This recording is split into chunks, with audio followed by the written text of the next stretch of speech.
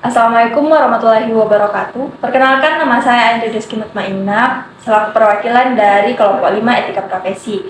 Hari ini saya bersama Kak Aswar, selaku freelance dari Product Designer. Mungkin Kak Aswar dapat memperkenalkan dirinya terlebih dahulu. Baik, halo, perkenalkan saya Azwar Anas, dipanggil Azwar, saya mahasiswa dari PT IKA Angkatan 2019. Saya sekarang bekerja sebagai freelance product designer yang kerjanya itu remote. Terima kasih Kak. Selanjutnya, mungkin kita bisa melangkah ke topik pertama. Apa sih kompetensi yang dibutuhkan agar dapat bekerja di bidang tersebut? Jadi yang pertama itu untuk kompetensi yang dibutuhkan sebagai product designer itu yang pertama keterampilan desain. Nah, keterampilan desain itu seperti bagaimana cara kita memahami sebuah layout dalam desain. Terus yang kedua penggunaan warna dan tipografi, dan yang ketiga penggunaan tools atau alat desain. Yang kedua keterampilan teknis. Keterampilan teknis itu seperti bagaimana cara kita menyusun proyek tersebut, bagaimana cara kita memanage apa saja resource yang dibutuhkan, dan yang terakhir itu kemampuan analisa. Kemampuan analisa itu seperti bagaimana cara kita melihat proyek ini, siapa saja kompetitornya, apa saja poin plus dan minus dari proyek tersebut, dan apa yang bisa dikembangkan dari proyek tersebut. Oke, baik Kak. Kalau semisal tugas dan tanggung jawab dari pekerjaannya sendiri itu bagaimana? Yang kedua, tugas dan tanggung jawab seorang product designer itu yang pertama berkomunikasi dengan klien mengenai brief dari proyek tersebut. Kita harus menjelaskan proyek itu seperti ini, poin plusnya itu seperti ini, minusnya seperti ini, resource yang dibutuhkan itu apa dan bagaimana.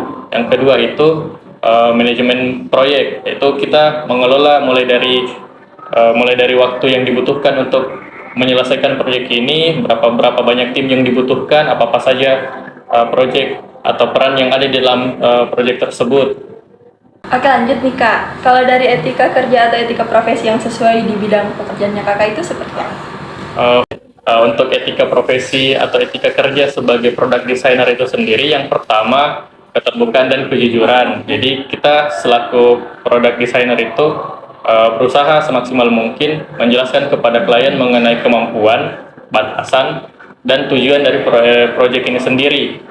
Yang kedua itu mengenai kerahasiaan atau privasi. Jadi kita berusaha menjaga informasi atau data pribadi klien sehingga tidak tersebarlah ceritanya. Terus yang terakhir itu mengenai profesionalisme, karena kita tidak terikat kontrak dengan perusahaan, kita cuma terikat kontrak dengan klien, jadi kita semaksimal mungkin berusaha untuk menjalankan proyek tersebut dengan profesional. Oke nih Kak, lanjut ke pertanyaan keempat. Tantangan yang pernah dilewati itu atau yang dihadapi dari pekerjaannya Kakak itu seperti apa? Untuk tantangan sebagai product designer itu sendiri, yang pertama itu mengenai ekspektasi klien. Jadi kadang itu klien mintanya ekspektasinya seperti ini, cuman kemampuan kita atau tim itu cuma seperti ini. Itu yang pertama. Jadi kita berusaha menyeimbangkan kebutuhan klien dan kemampuan kita untuk solusinya. Yang kedua itu mengenai deadline pengerjaan proyeknya, karena kadang klien itu mintanya proyek itu sekitar 2 mingguan atau 3 mingguan, tapi secara proses pengerjaan ini tidak bisa untuk 2 minggu atau 3 minggu. Jadi kita harus menjelaskan dengan klien kalau proyeknya itu butuhnya waktu seperti ini, kayak gitu. Oke nih Kak, pertanyaan terakhir. Mungkin Kakak bisa berikan saran kepada teman-teman mahasiswa yang nonton video ini untuk bekerja di bidangnya.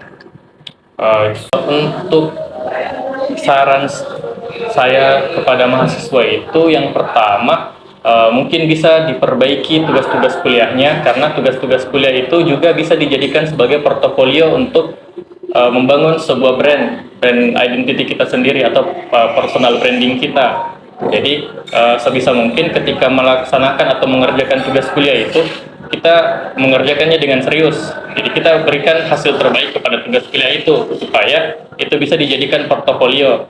Nah, yang kedua itu kita bisa mengambil kegiatan magang atau praktik industri untuk membangun pengalaman kerja dan juga untuk membangun professional networking kita seperti itu.